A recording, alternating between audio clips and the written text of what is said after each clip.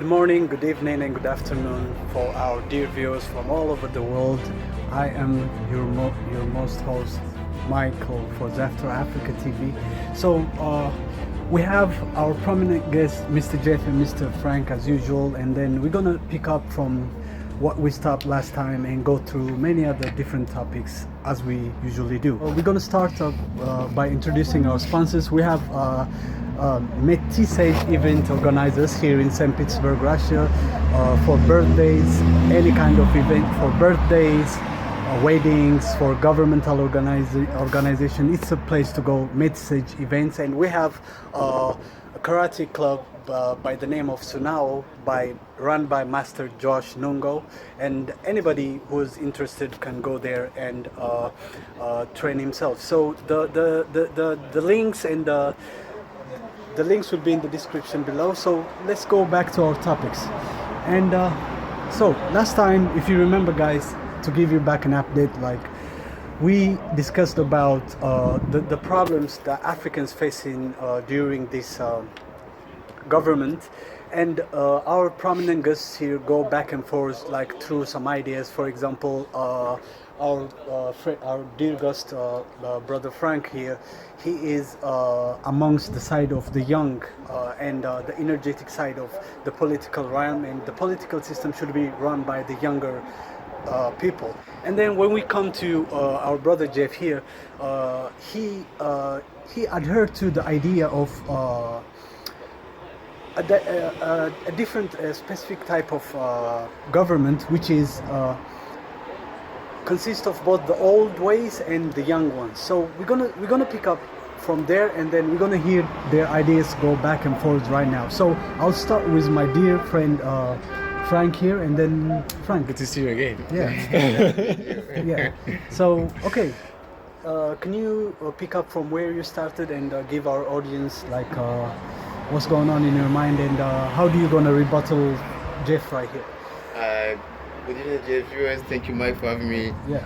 Once again, from our past video, our past talk show. Mm-hmm. I stand for the new leadership.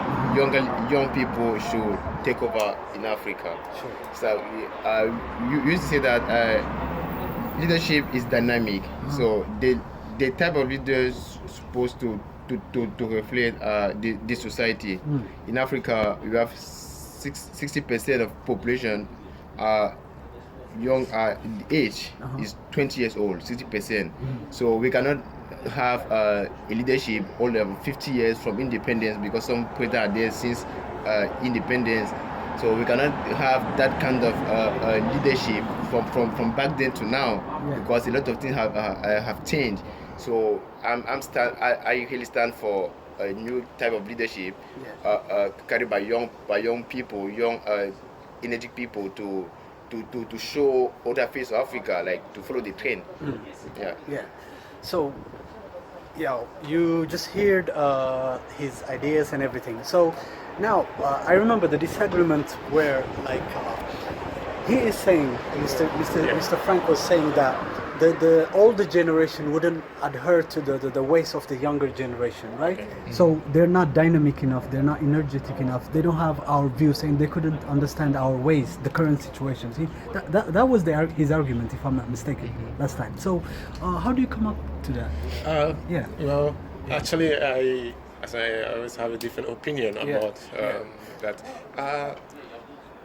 For me, I believe that the gap is not about not listening to the younger generation.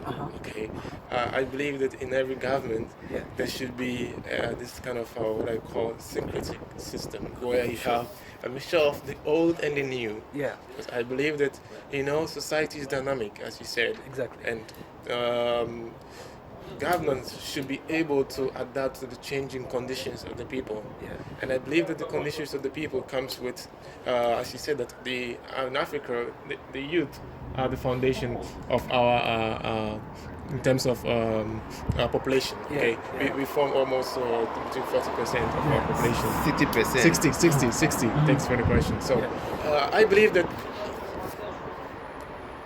participation between the older generation and the new generation is very important here. So the ideas of the young ones can be blended into the old generation, because, for instance, when it comes to implementation of policies, like Paul Kagame is doing now, holding conferences, forums, to understand what the youth can also offer. Yeah. I believe it's very important, that kind of participation where nobody is left out of decision making. Understand? That is when I believe that this democracy thing actually in Africa is, we do not understand this democracy. Sure. We do not understand. So probably I believe that what actually is important is integration. Africa is built on a very united grounds where you have dynamics of these different forms of people in terms of women, children, the young ones, and then the old ones. So I believe that in terms of participation, the youth can contribute into development, but that doesn't mean that the youth are not contributing or the older generation are not listening. It's because they're not giving opportunities to the youth. That is my argument. Okay, we listened to Jeff's argument, Brother Frank. I just want to return to you something with one question, because it just hits me right now. Do you remember last time you just said, like, you gave an example of the Cameroonian government, and then you just mentioned the age of the... Exactly. Yeah. Do you remember that? Yeah. The age of the cabinet and things like that. So, you make it present. You present it like those old government bodies. They don't want to integrate in Jeff's dynamics, right? That's your argument. Yeah. That has been your argument, if I'm not mistaken. Yeah. Yeah. So, why is it difficult? I mean, what is actually personally? Do you support his argument, the dynamics argument? The mixture. I will say it's good. It will be better if old generation. When I say young generation should take over, should lead, and I'm saying that the old generation should just be back off. No. Okay. We should have like young people. Yeah. We should give them opportunity. Yeah. And those who have been in power, those who have been in affairs, they should be in the backside, the back office, and the front line and the back office. So the young should be on the front line and try to follow the dynamic of the world, because we are in the world is like a competition. Everybody try to become great. Everyone try to do better. So you cannot.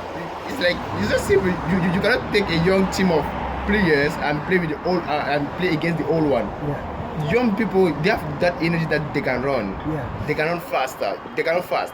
And the old one, they can't really. They have experience, but by this time, experience is not enough. That even should be taught to the young. Like they should be showed the food how to do. I told you the last episode I talked about Cameroon and Nigeria. In my country, the government, the president is almost 87 years old. Okay. The whole government, the cabinet, the average age is 73 years old. The youngest person amongst them is 53. Okay. So in a country where a population is made over 50% of people, like 30% of people are 22 years old, and the average is 24 years old. There's nobody who is there to represent the majority. When we talk about democracy is a power of people, is the power of people by the people. So if in a group of people you have a majority of people that you claim to be the leader, and they have nobody in your office or in your government who represent them, are you, like, for me, I think that's we. I'm talking about this for me is like is the way forward to modernize politics and government and all those stuff in Africa. We should not only stay with the old grandpa who have been there since independence. Yeah, they have done some great job, but I think they have to hand over to the youngest generation, because the society is dynamic. Just look around. Just look around. Or maybe Austria. The president is 37 years old. You have New Zealand. the president there, she's a woman and she's 38 years old. Why not in Africa we cannot have those kind of leaders? How special those people are to manage a country like that at a young age? Okay. Jeff? Very good submission, I must say. I always have a different opinion, as I always say. I believe that, there's this African proverb that he who climbs a good tree deserves a good push. And I believe that it's about good works, And as you said, this is probably the reason why it goes back to my argument that democracy is an experiment that was designed for developing countries, okay? And the idea about this whole experiment was to suppress, this kind of this local constraints that probably would create barriers for European advance in Africa. Okay, so when they give us democracy, we're going to believe in free and fair elections, so it's more about participation because that was the major barrier in colonial times. So if you look at the 19th and the 20th century, one of the major reasons why we had democracy, even before democracy there was dictatorship. Yeah, sure. And the reason for dictatorship was due to breakdown of states. Okay, so you could realize that between the 19th and 20th century, when this monarchical system was actually breaking down, then came up with this new group of individuals who took over. So you could see that this thing actually was the system. Then emerged this group of people, this opposition, who actually believed that democracy is giving participation. So that's the whole idea. Like, give me opportunity to come, and I can do better than you think. So actually, I may not agree. I may not agree 100%. Like giving opportunity, like when you are democracy is not about giving opportunity. It's about first of all, it's about you have like in Africa, even in a circle, the family, there's this kind of mentality where the younger one should not try to compete or to compete with the oldest. Like it's like the way that if you're older than me, you're smarter than me. No. I would say that is superstition. And that's wrong. That's wrong. Okay. That's why.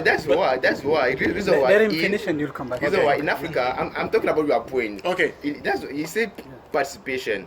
If you don't give first of all the test of what leadership is to young people, they will never participate.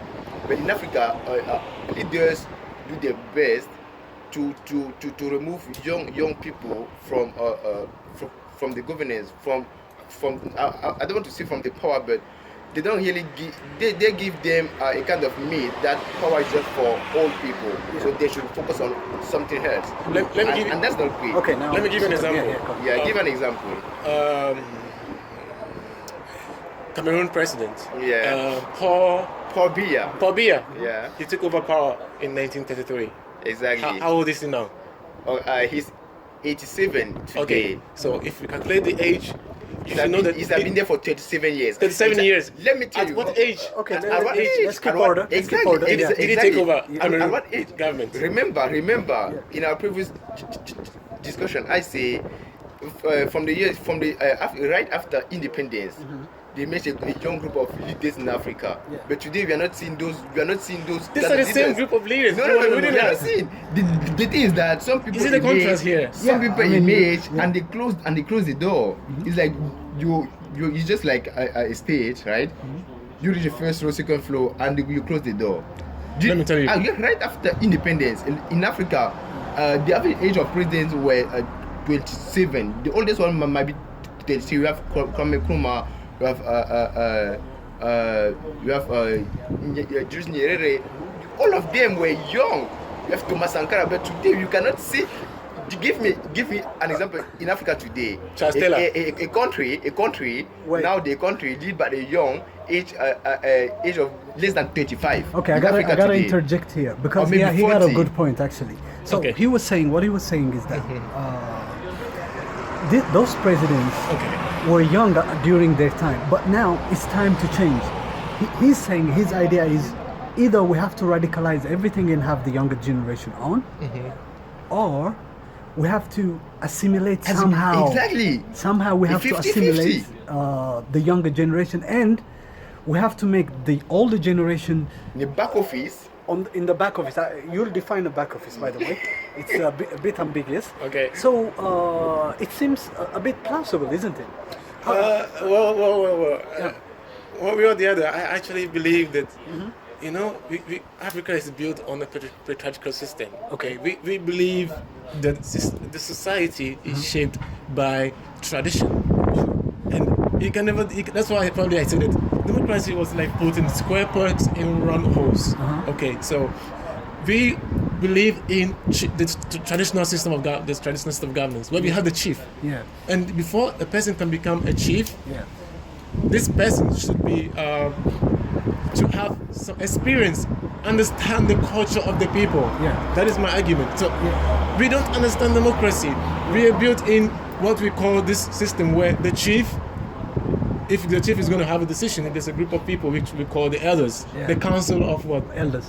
So if the chief is a young, so this is it. So it's not like we don't give opportunities to our younger ones, because a chief could be a younger, from the younger generation. Yeah. But within, there's what we call the council of elders. So what my argument is that it's not about who is at the forefront. Yeah.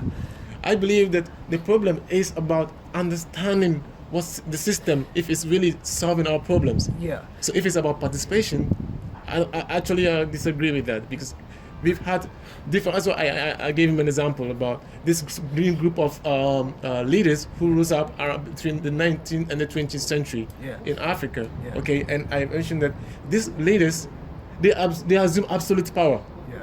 So power corrupts. Okay, and to have a young leader at the helm of affairs is not a bad idea. Yeah. What I believe is important is how do we measure this young generation? Exactly. Yeah.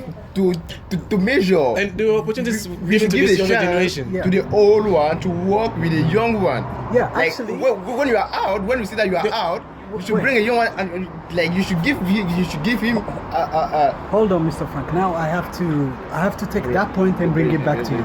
Yeah, I have to bring it back to you because you just said the younger, the elders, like the council of elders. So, and you use the term a backdoor, a back office. Yeah, back the front office. office and back office. Yeah, exactly. the back office. So, does that correlate somehow? Because the council of elders will be as a guide and the guide. Exactly. Is that what you're saying? That council is exactly the back office. Yeah. Like you see a senior that's been working maybe for 10 years or 12 years, maybe 30 years, right?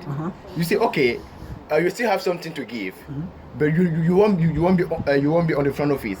So let's choose a young guy, a young leader with energy. You put him in the front office, and you just try to manage him. You give him some kind of advice how to do it.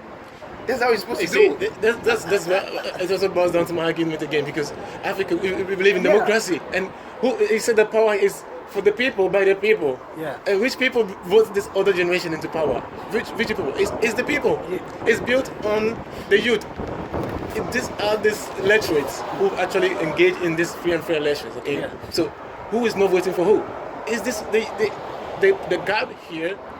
Is not about not giving opportunities to the youth, because if it's we do have democratic states in Africa. Yeah. Okay, and if you look at the recent elections in Nigeria, you could see that there was a crop of older generation and then the younger generation who were in opposition. So the incumbent, which is Buhari, he's in his 70s. Okay, and there's an opposition, this younger generation, this young opposition candidate, who is also younger from the younger generation. So it's not it's about our mindset. This is what we believe in. We believe that the older the person stays in power, the better you get. Okay, and this also shapes our mentality, because this actually become more like a norm, more like a mantra for this older generation. So I'm old, and I know better than the younger one that he's saying. But that's not the problem. The problem is that we do not understand this whole democratic thing. It's not working for us. The reason is that, as you can see, that there's been this kind of what I call the window of change. Okay, and you can see that gradually the older generation are moving out. Okay, you can see that in Zimbabwe we have Mugabe, Robert Mugabe, and then in Sudan there's the crisis with al-Bashir. and this older generation, okay. So my problem is that it's not about opportunities, because if it's opportunities, the opportunities given to the younger generation. In Ghana, we had one of the very illustrious and industrious younger presidents from the younger generation, who is President John Dramani Mahama. Yeah. Okay, and I can tell you, if you watch in terms of developments, you could see gaps. Okay. And the people voted for the older generation again to come back. So you see, there's a contrast. So we had a younger generation. So the tradition was that the older generation actually will come to power and they can do better. Well, break. there you have it. So there you have the two contradicting ideas coming together. Actually, knowingly or unknowingly, they made some points and they can come to a conclusion without them knowing it, because both of them somehow tend to support the interdynamics of the government. And when we come back, we're going to take a short break, and when we come back, so which type of government will be suitable for Africa at the current time and moment? We'll be right back.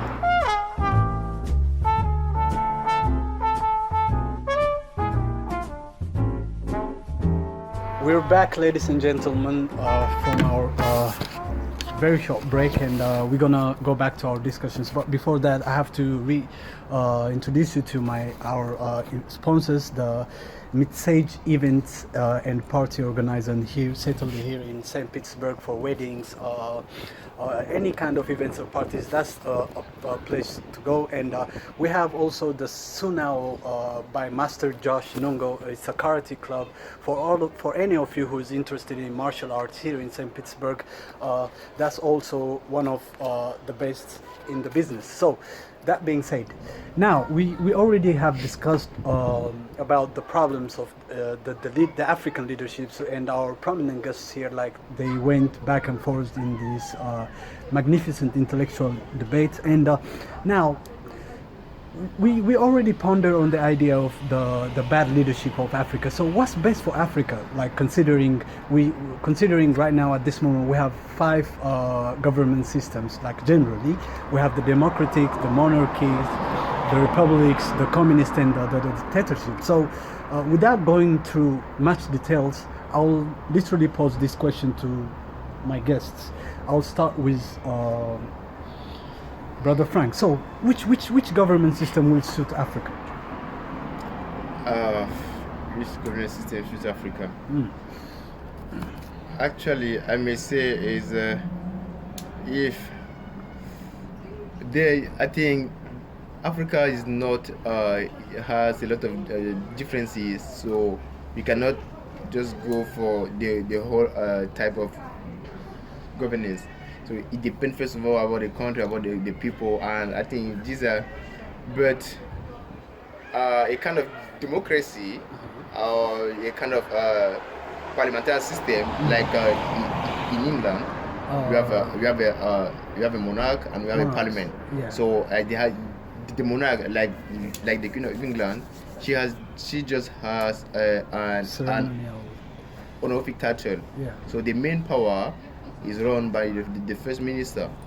I think if African want to stay with the culture, like he is a kind of traditionalist, so we have our chiefdom and all those stuff. So we can, I think that can be also okay. So we have a person, a monarch. He has nothing political. It's just like honorific title, and the main power can be run by the Prime Minister and the Parliament. But I think the best way, we can also just try to shape our own system. We should not just go and try to take something from other people. We should try something like our kind of democracy based on our life, our reality, like something like depending really to us. Not just because when you try to copy something from somewhere and you copy it from somewhere and you pay somewhere, it's not 100% that the thing will work. Yeah. Actually, if in Africa we still don't have that the full democracy, and democracy around the world are kind of different. Yeah, because it's not the same the democracy that in US, that's the same in France or in Europe. So it depend to the reality of the country. Yeah. So for now, I cannot really say which kind of system or which kind of governance is good for African. Yeah, I'm not. Maybe I don't have quality, but I think we should think our own kind of system, our own governance. Yeah. Yeah. So I'll come back to Jeff. So as you heard, Mr. Frank, as I understand, he suggests some kind of constitutional monarchy, and then a democratic government which will suit our merits and values. And yeah, he don't want to assert a certain kind of democracy, as you hear. Yeah, exactly. Yeah. So what's your take on this, and what's your opinion generally? Well, I think that actually did not get a standard because it looks like he's just trying to play. No, I say. What is your stand? I don't have quality. Yeah. Democracy or monarchical system? No. I don't borrow you some money, man. Just take a stand. No, Yeah. I cannot take a stand now because I don't have all metrics to take a stand for now. Yeah. But actually, democracy for sure is better than dictatorship. That's something real. And according, like, if sometimes we have chiefdom, we have kings and all those stuff. So if you want to stay with our reality, like the before independence, they were not a president, they were like a king, a chief, all those stuff. So and the modern form of the old African system is like is the English system. Like you have a monarch, and who the monarch do not have power, just like something honorific, like a title. But the main power is concentrated to the parliament and the prime minister. Constitutional monarchy. By the way, brother Jeff, you don't have to take a stance because he said he's not well qualified to give Exactly. But he messages. asks him which form of government best suits Africa. Which form? I say okay. I will say this. You know, you want me to say? Our viewers want to hear what is your. You want me to say something that no. I'm well. It's playing a safe game. Okay, let's. No. Let me say this. Say your mind. About a system. Okay. We should not just have to copy it.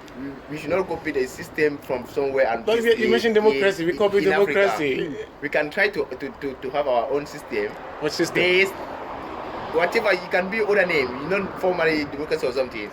But the system, the governance should be based on our reality, on our life, on our on who we are.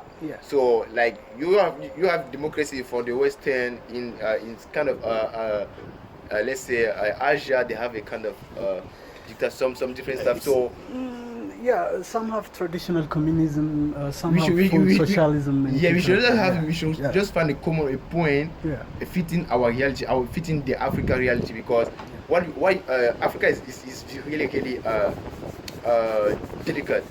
So the thing you are planning in Europe, if you see in Europe or in other country, it's not easily applicable in Africa.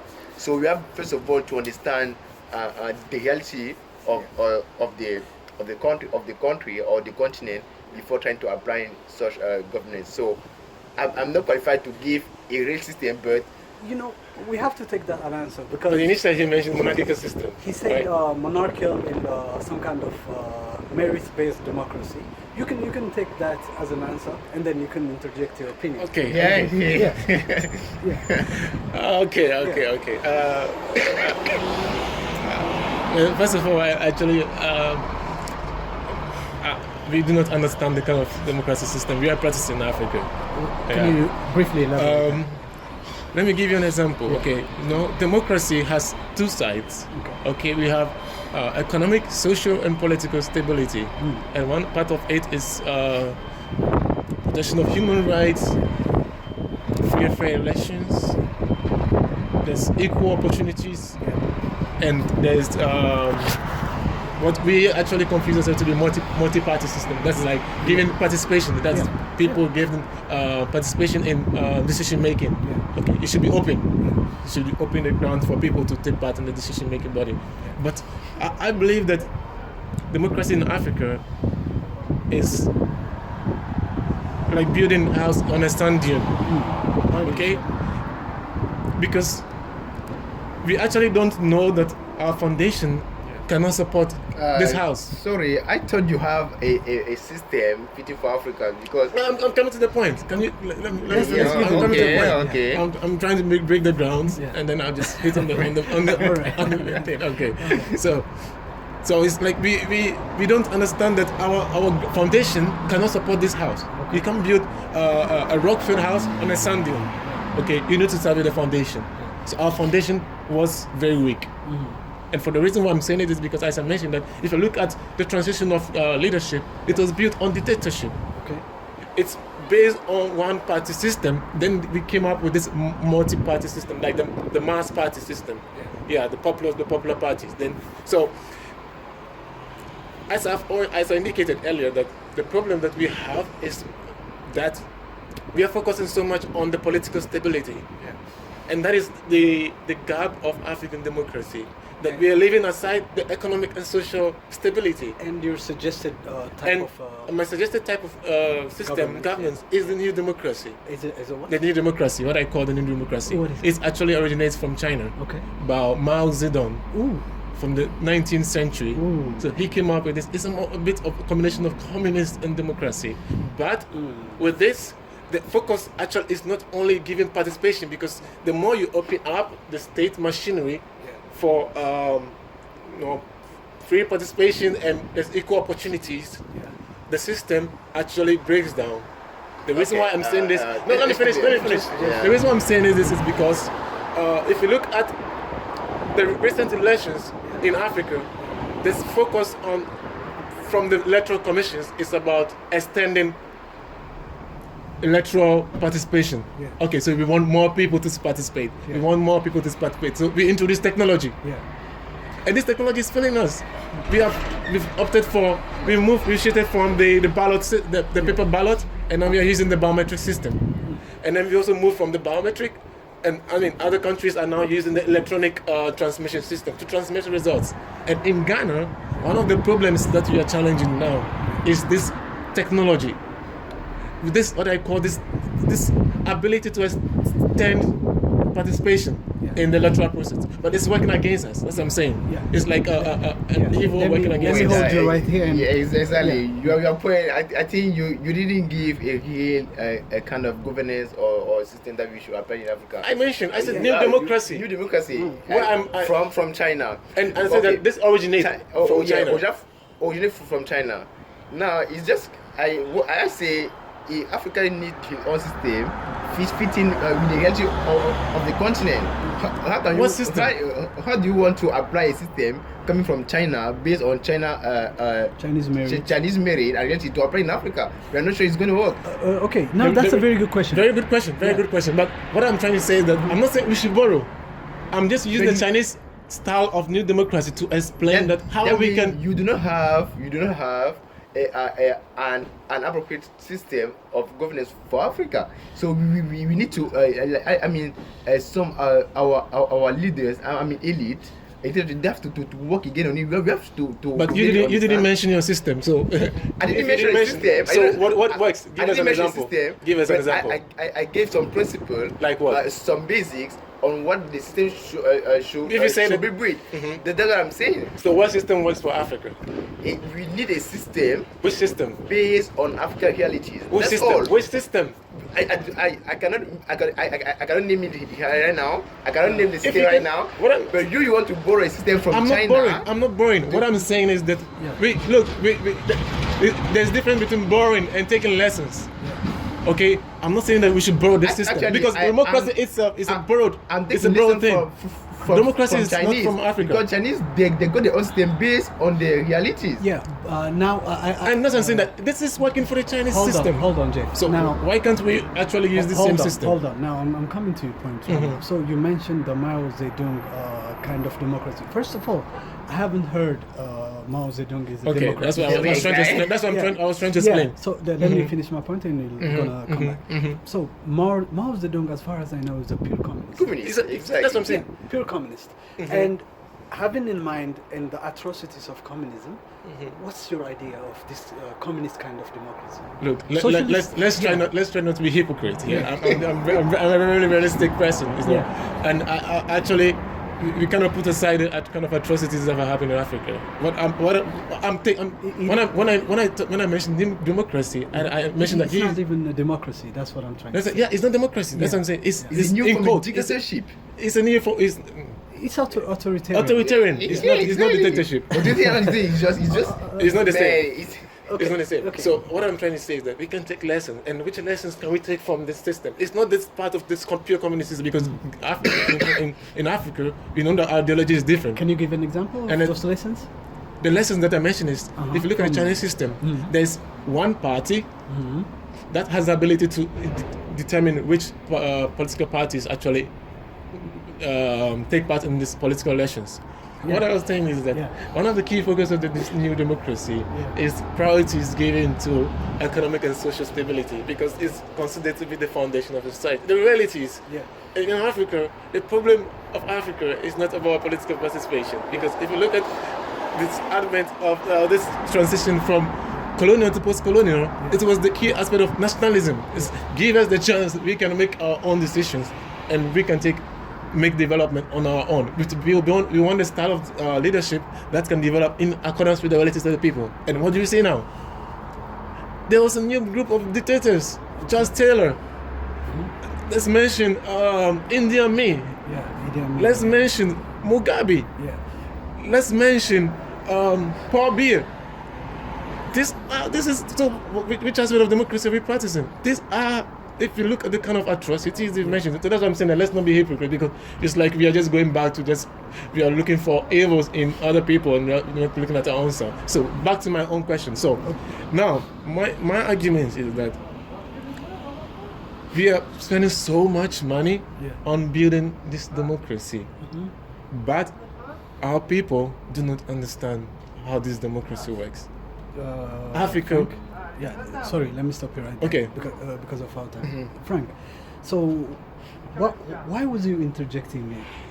Like, what was the point that makes you uncomfortable? Like, you were triggered at some point. So just come back. Because He has no alternative. he says, You have no alternative. I don't have a governance system that we should apply in Africa. I say I do not have quality to mention a real government, because you have to work on it. You have to work from up to down. So you have to give every details. But what I can say and what I see around the world, what other people are doing, you mentioned Chinese people, right? They have their own system based on their own merit, based on their own tradition, based on everything that depends only to them. To Africa. Frankie, let me stop you right there for one moment, right? The Chinese system, first of all, it's not based on their merit. It's the Mao Zedong thing. It's pure communism. It's actually based on Russian merit. No, I mean, they're based on the tradition, like about the evolution. So they think the system is taught. We're taught about the Chinese people. So you can have an idea like democracy. Nobody, if you want to say which country or which people own democracy, we may say American or European, but we should have a different different metric to apply in our continent. Which metric? Then give other names. Example, give which metric?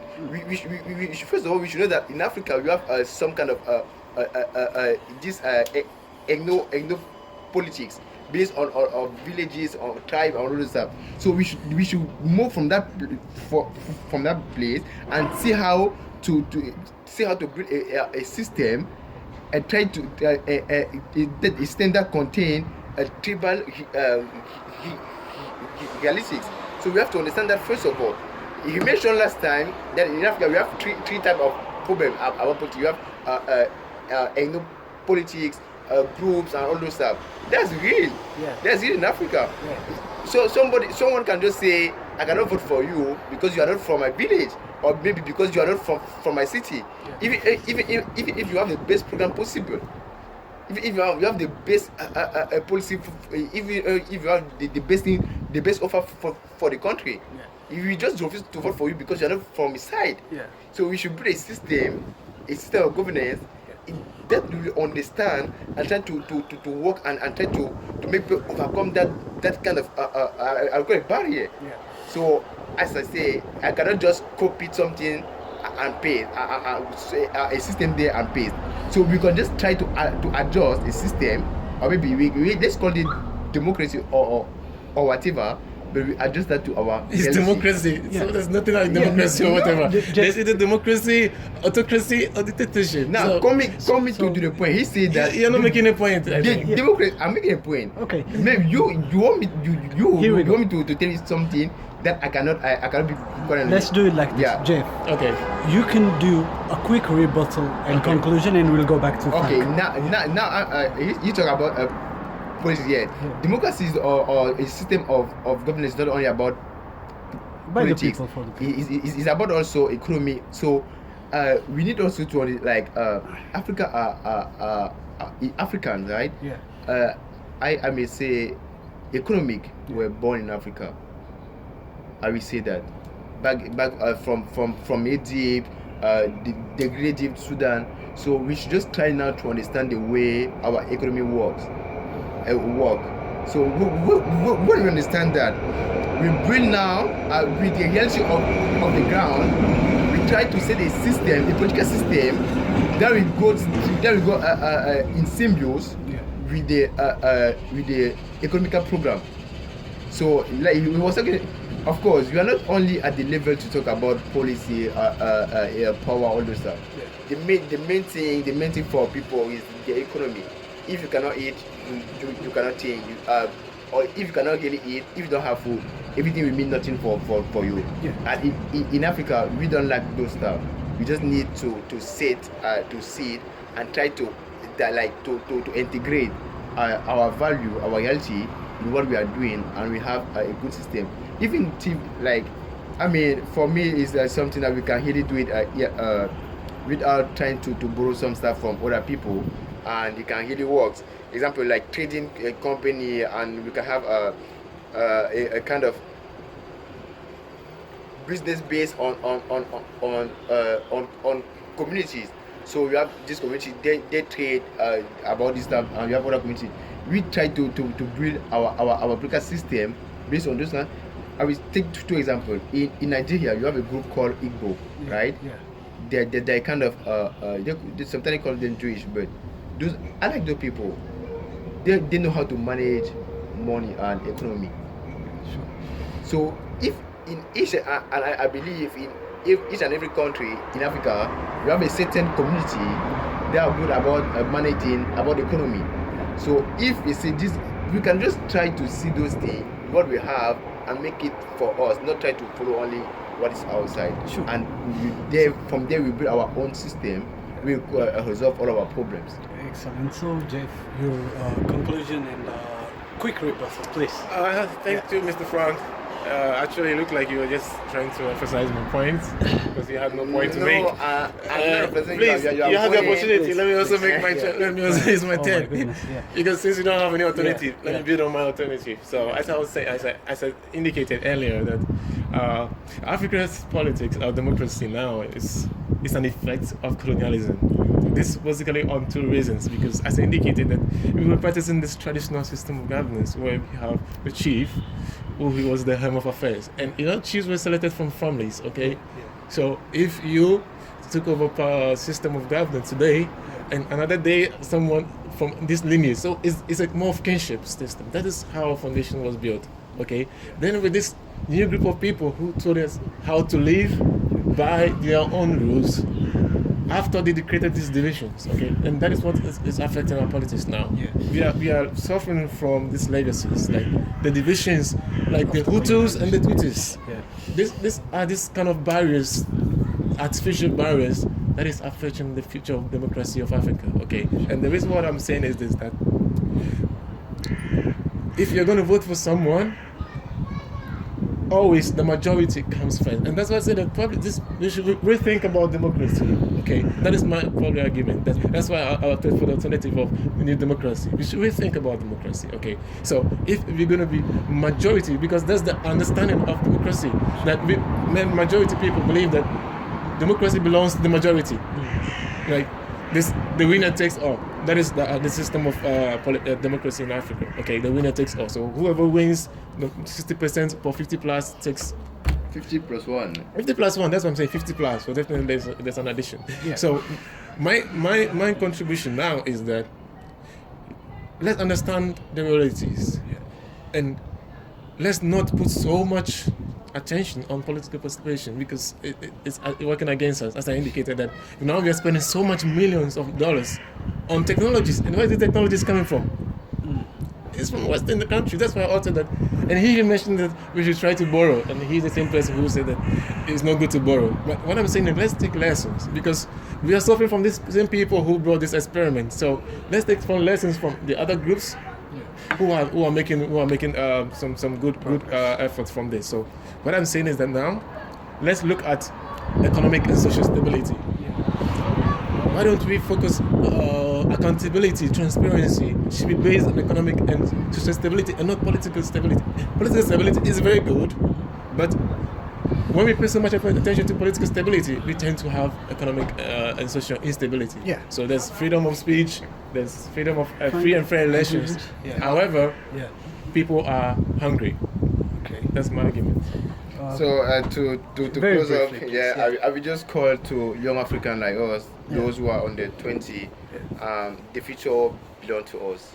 Okay. Not even the future, but today belongs to us and tomorrow belongs to us. Yeah. They just have to understand the challenges and try to set the metric a little bit on top more than they can. So we really need our youth to get involved in the process of the growth process of the country. I mean, politically, business, everything. They should understand politics is not mean only for people who are old and it depends on us, you know. So we all dream about our country, different country, and the continent, a great country. So we should get involved and try to understand how other people are doing and try to get involved and try to give the voice.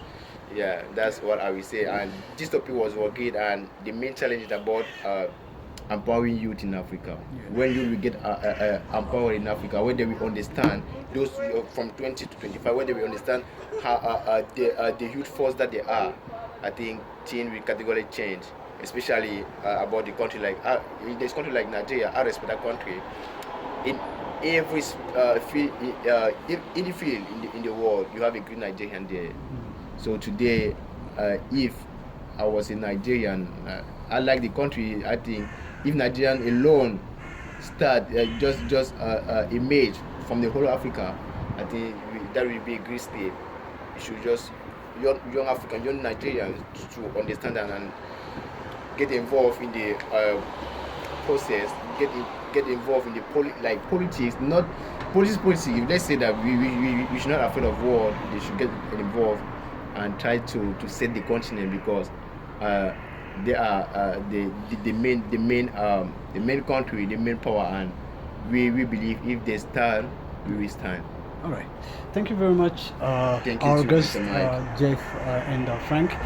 So there you have it, our dear audiences, After Africa family. So we came to conclusion of our two-part debate on African governance and political systems.